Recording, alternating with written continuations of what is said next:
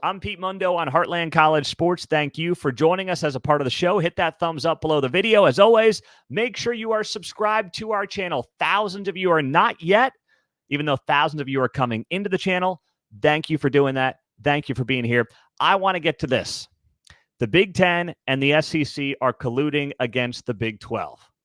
We are watching this play out in real time after reports surfaced on Monday of this week that next week in Nashville, the SEC and the Big Ten athletic directors are going to meet. And they're basically going to figure out a way, or try to figure out a way, to screw everybody else playing college football and make the college football playoff the Big Ten SEC Invitational. That's what they are attempting to do. And by the way, this is always what they wanted to do. This was always the plan for the Big Ten and the SEC. They played ball for a little bit here because they had to get the playoff to 12 teams. So they had to figure out, at least for 2 years, a plan that was going to be acceptable to other conferences who they needed to vote on this plan to grow the playoff from 4 to 12. So they created this plan for 2 years where you've got these auto bids for conference champions. You're going to have a group of 5 in there. That may all go out the window because that structure is only in place for this year and next year. In 2026, they can change this thing around however they want, and that's where this begins next week in Nashville. This is the story to follow.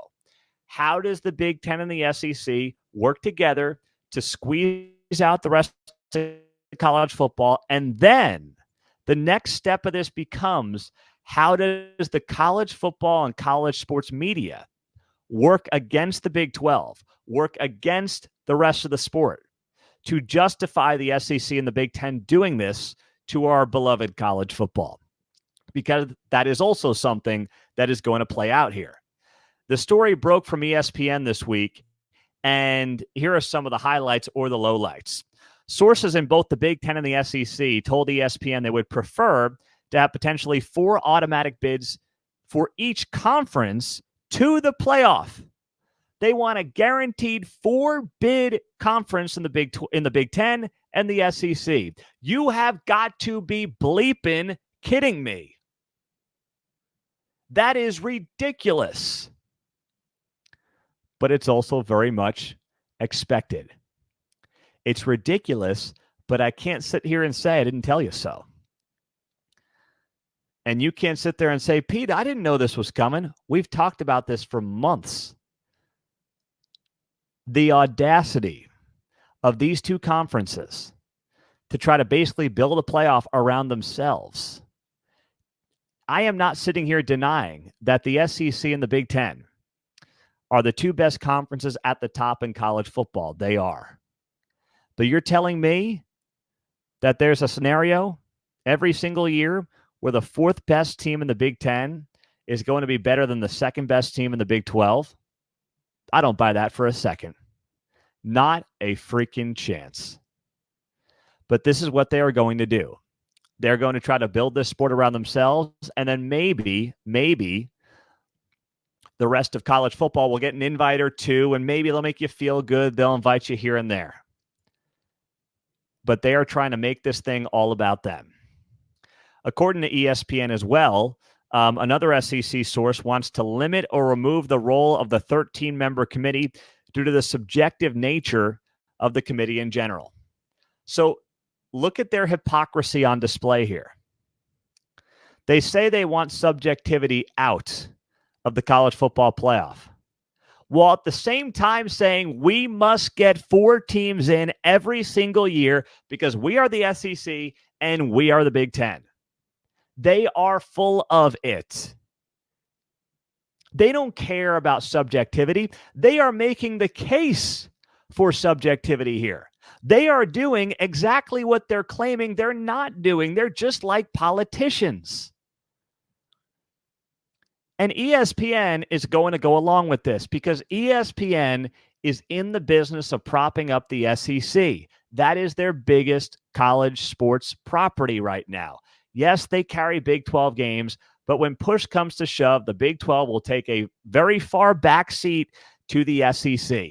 That is undeniable. And that is what is going to happen here.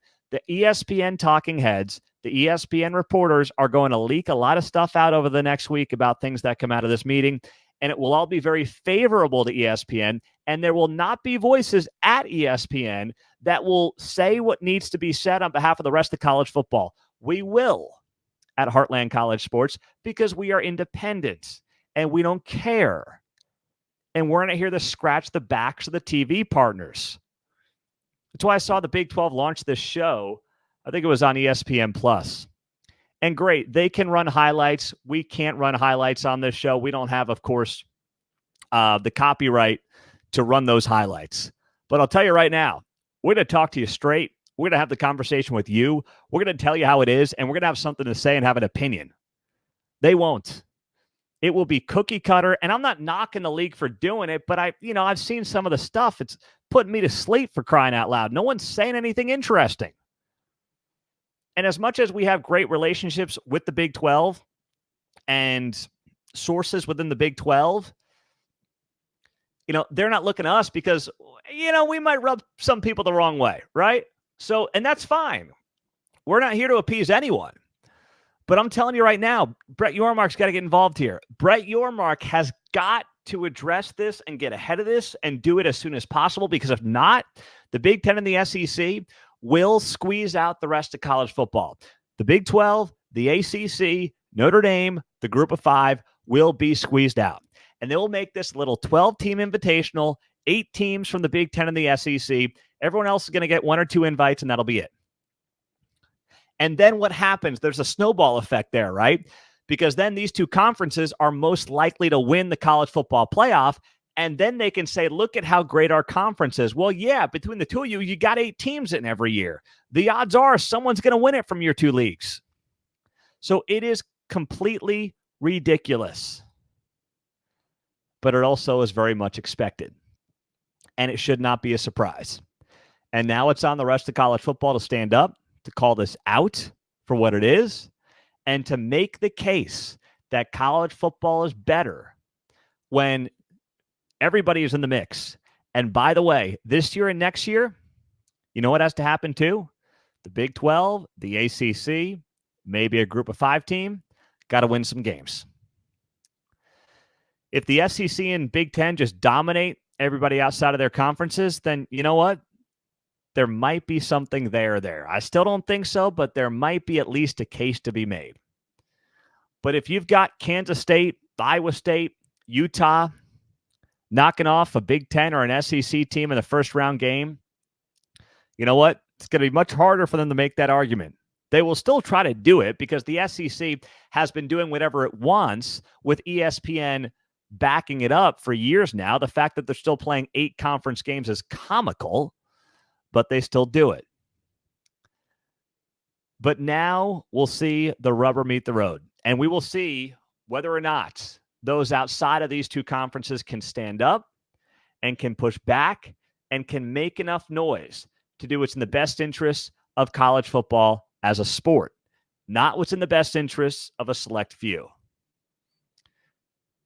NCAA tournament is the best postseason event in all of sports, arguably. And if you didn't have a committee for that, how would that look different? What if the Big 12, which is the best basketball conference, got 12 auto bids? You'd be sitting there saying, I don't know, I could probably find a team somewhere around the country in a Group of 5 that's a lot better than the 12th team in the Big 12. That's what they want to do to college football. And that was always part of the plan. I'm Pete Mundo. Thank you for being here on Heartland College Sports. We cover the Big 12 and everything else happening in the world of college sports. Hit that subscribe button if you haven't yet. Hundreds of you have rolled in. Thousands of you have subscribed over the last several weeks, but make sure you are subscribed if you haven't. Thank you for doing that. We appreciate you on the podcast. Leave that 5-star rating and review, and hit that thumbs up if you are on YouTube. This show is growing tremendously because of you. Thank you for doing that. And we'll also see you on the Heartland College Sports forums on the website. They're free. We'll see you there. Have a great day. Go Big 12.